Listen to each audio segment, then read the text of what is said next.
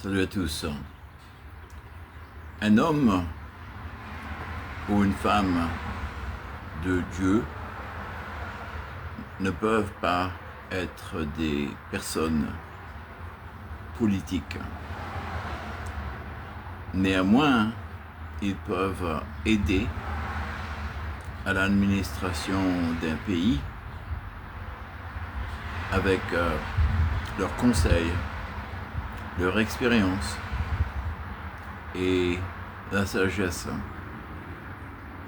Donc, j'aimerais dans ces moments difficiles, n'oublions pas qu'il y a beaucoup trop de sang qui est versé en ce moment. Et c'est pour cela que c'est l'homme de Dieu qui doit parler d'abord.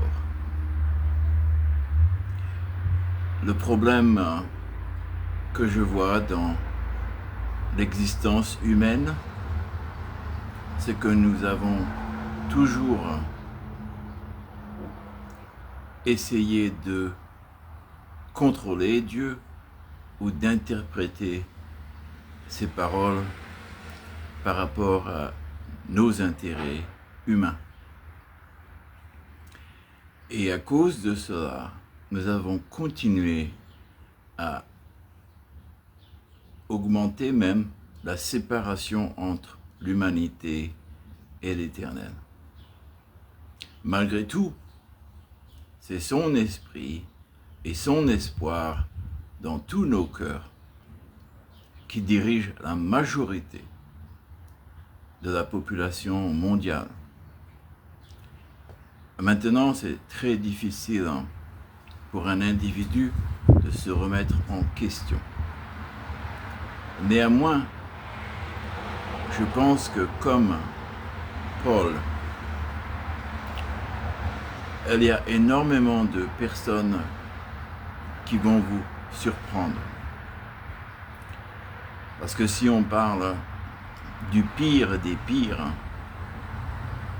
Paul est l'exemple de cela. Donc, à travers une éducation, une sagesse acquise, des fois sur des données biaisées ou pas complètement exactes, chaque individu a le droit de changer, de se retourner vers l'Éternel. Et c'est pas que l'on gagne le paradis par nos actions. Ne me prenez pas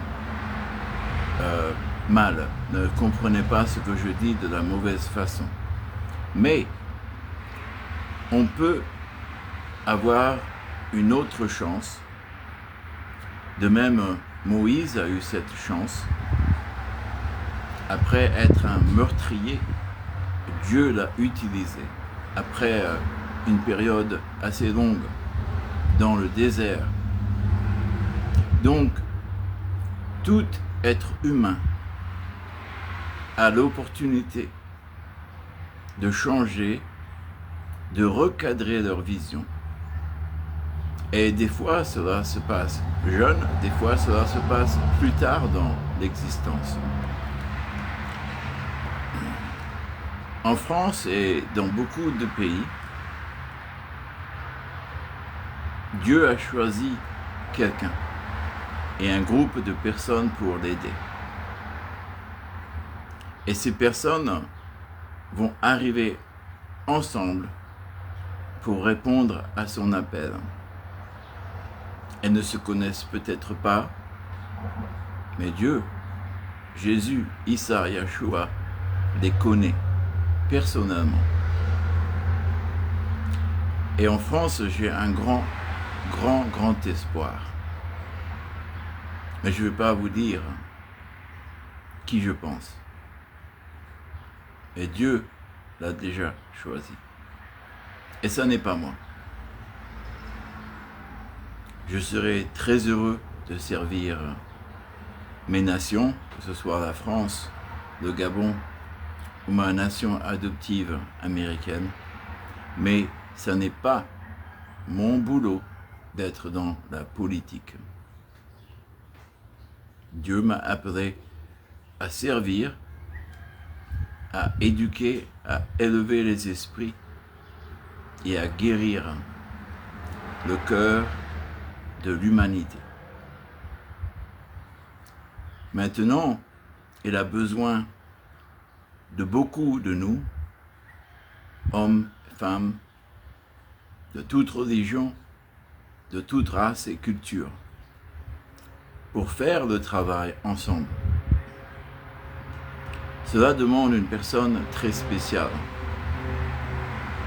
une personne qui connaît la situation actuelle, qui non seulement a la connaissance spirituelle, mais aussi la connaissance politique, économique et de business, et aussi un cœur social et communautaire.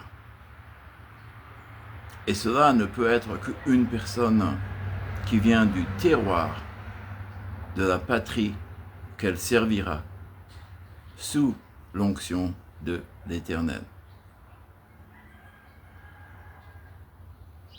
Et quand je dis cela, je crois que l'onction de l'Éternel peut être sur toutes les personnes qui croient en Dieu et même celles qui n'ont pas fait de confession de foi, mais qui agissent en accord avec la parole de Jésus Yeshua, comme s'ils le connaissent dans son cœur.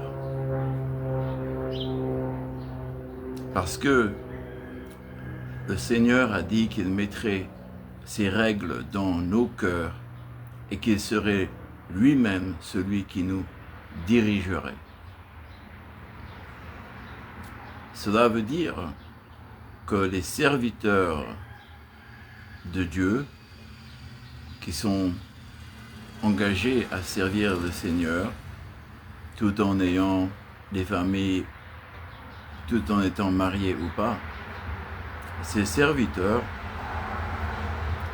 seront là pour aider à conseiller les gens qui feront le travail administratif. Et cela inclut, bien sûr, diriger notre économie, notre vie sociale, l'administration de nos communautés, pays et États, mais aussi les armées. Mais les armées sont là pour protéger les nations tout d'abord. Et chaque nation devenant indépendante et forte aura, par la grâce de Dieu, le respect des autres si on les traite avec respect. Donc, je ne suis pas en train de faire un commentaire sur ce qui est en train d'arriver. Je suis très triste parce que nous sommes dans une guerre fratricide. Qu'on le sache ou pas, qu'on le reconnaisse ou pas. Nous avons, dans l'existence de chaque nation, eu des influences religieuses ou politiques qui nous ont emmenés dans certains chemins.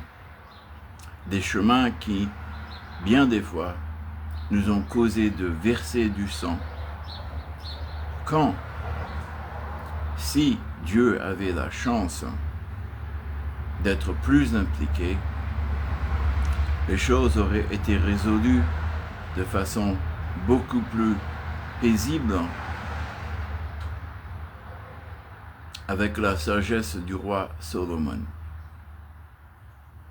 Le problème est que beaucoup de nos dirigeants ne sont plus vraiment, même plus du tout, connectés avec l'Éternel.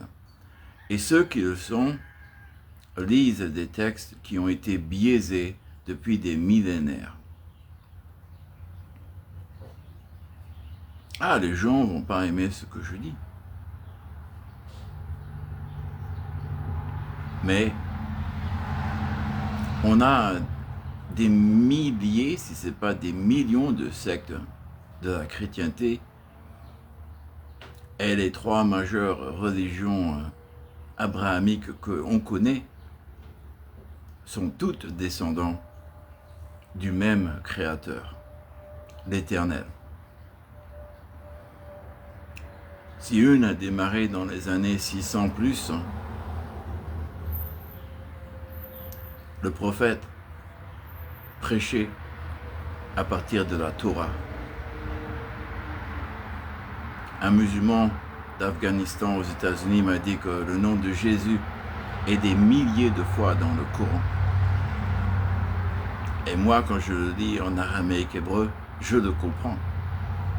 Si son nom est déjà dans Genèse 1:1, à la création du monde, ça vous dit qu'elle est répétée beaucoup plus de milliers de fois dans les textes anciens et dans toutes les religions et textes du monde entier. En revenant à la situation actuelle, je ne crie pas victoire et je ne crie pas au malheur. Je suis désespéré pour le pleur de ceux qui perdent leurs enfants et leurs parents, des deux côtés et de tous côtés. Je prie seulement qu'on n'aurait pas dû arriver à cela. Et la France a eu l'opportunité et la chance depuis longtemps d'essayer d'être une patrie diplomatique, malgré tous nos abus et nos excès dans certaines situations. Le peuple français a dans son cœur initialement des désirs pacifiques. Nous n'avons pas vraiment construit d'empire en dehors de M. Napoléon Bonaparte, mais même cela n'a pas vraiment duré. Et ça fait partie de l'expérience des civilisations. Néanmoins, le peuple français, si on regarde la naissance de l'ère bonapartiste, la France était dos au mur et on avait besoin d'un leader très fort. De même, après la Deuxième Guerre mondiale, nous avions besoin de général de Gaulle, même avec ses erreurs, même avec les contrats qu'il a fait derrière de portes fermées. Et je ne suis pas là pour juger les chefs d'État. Ce qui est important, c'est de voir que la diplomatie, avec la capacité de dire non, parce qu'on a un peuple et une armée unis qui nous garantit une force de protection, cela est la France et cela devrait être autorisé à tous les peuples du monde. De même, l'autosuffisance alimentaire et les besoins minimaux. Minimaux, c'est même trop peu. Les besoins de mettre tous les efforts pour que nos populations soient heureuses. Parce qu'une population heureuse ne cherche pas à envahir ou à détruire ou à faire la révolution. Et ça n'est pas en les rendant dépendants de l'État ou esclaves d'un système que les gens sont heureux. Dieu nous donne le libre choix. Pourquoi est-ce que on doit être dépendant d'un système? Donc oui, je suis un vrai capitaliste, mais tout en comprenant que cela doit être administré avec du vrai capitalisme social. Et donc je sais que Dieu a le candidat parfait pour cela, qui réunira les Français et réunira beaucoup d'autres peuples dans chacun de leurs pays. La division est finie dans l'existence humaine. Si on continue la division, on continue à dénier le travail de Jésus. Yeshua, Issa, le Messie. On continue le mensonge du diable. C'est à vous de choisir. Et je parle à vous, les montagnes. À vous, les leaders. Parce que vous savez qu'au bout du compte, la fin arrive. L'Empire romain, même si il semble perpétré dans la puissance occidentale, est mort.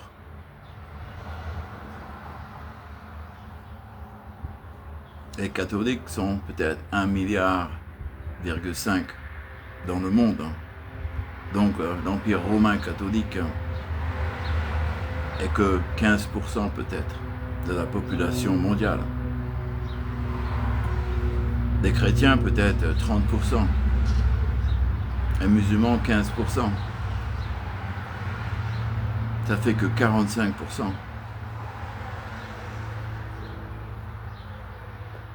Donc mathématiquement, si on n'arrive pas à s'entendre et à laisser Dieu diriger, on va continuer ces guerres qui ne sont pas nécessaires. Je sais qu'il y a des éléments extrémistes et donc je suis très fort pour la sécurité. Mais je ne suis pas pour les excès, je ne suis pas pour les abus et je ne suis surtout pas pour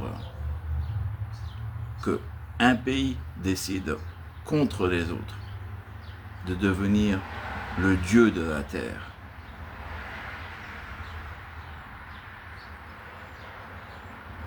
Donc, je ne suis pas un bonapartiste, je ne suis pas un soviète, je ne suis pas un ...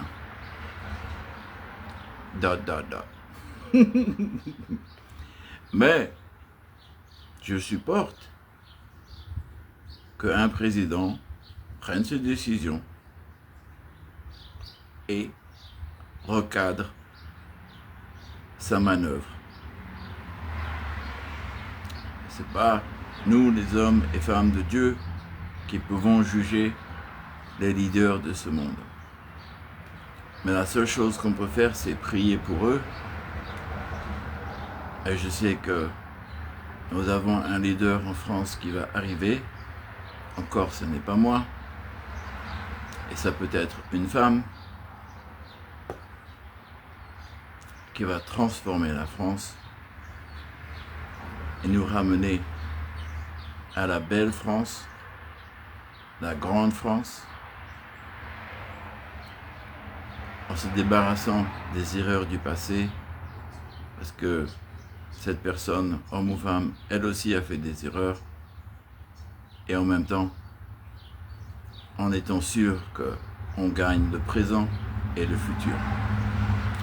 Et tout ce que je veux dire, je vais faire une petite étude plus tard. Vous allez voir dans Esdras et Daniel, il y a des choses très intéressantes sur la période actuelle. Et je vais rien vous dire de plus, mais bon, je ferai peut-être ce soir ou demain, quand Dieu me le dira. Donc oui, c'est très triste. Et je prie que la guerre ne continue pas, mais Dieu seul le sait. Et si elle continue, je prie pour l'après-guerre. Je prie pour qu'on soit sains et saufs, tous les uns et les autres, pendant la période difficile. Mais cette période doit être un moment très important pour réexaminer nos pensées, nos actions et pourquoi nous agissons soi-disant sur les principes de la parole de Dieu mais que nous faisons du mal. Comment est-ce que vous pouvez expliquer cela? Et ne me donnez pas l'excuse que, ah oui, c'est l'ennemi. Parce qu'il n'y a qu'une personne qui sait cette réponse, ou un très petit nombre de personnes, et tous les autres commentateurs, comme moi-même, ne savent rien. Et l'Éternel seul connaît la vérité. Donc, je vous embrasse. Je vous en prie, priez pour ceux qui sont dans la souffrance. Et je prie pour qu'on réalise que des fois, ce que l'on pense est le droit n'est pas nécessairement la vérité dans les yeux de Dieu.